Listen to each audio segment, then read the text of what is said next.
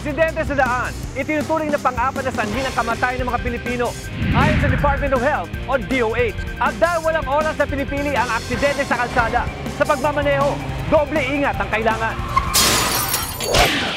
Kung sakaling maaksidente sa daan, narito ang ilang tips para maligtas ang sarili at mga kasama sa lalo pang kapahamakan. Kapag may aksidente sa kalsada, i-check agad yung mga kasamahan kung nasugatan sila. Yung iba sa kanila baka walang malay. Hanggat maaari, hintayin natin yung mga rescuers na dumating para sila na ang mag-extricate o maglabas doon sa mga biktima sa loob. Dahil baka mas lalo pang lumala ang kanilang kondisyon.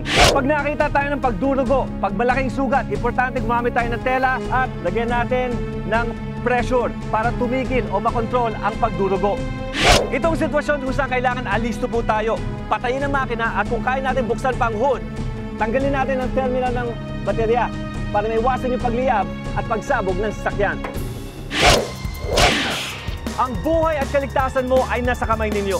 Tandaan, sa anumang insidente, tumawag agad sa Rescue 5 hotline sa numero 922-5155. Dalang Rescue 5, mula aksidente sa kalsada hanggang sa bahay mo. Aaksyonan! Oras mismo!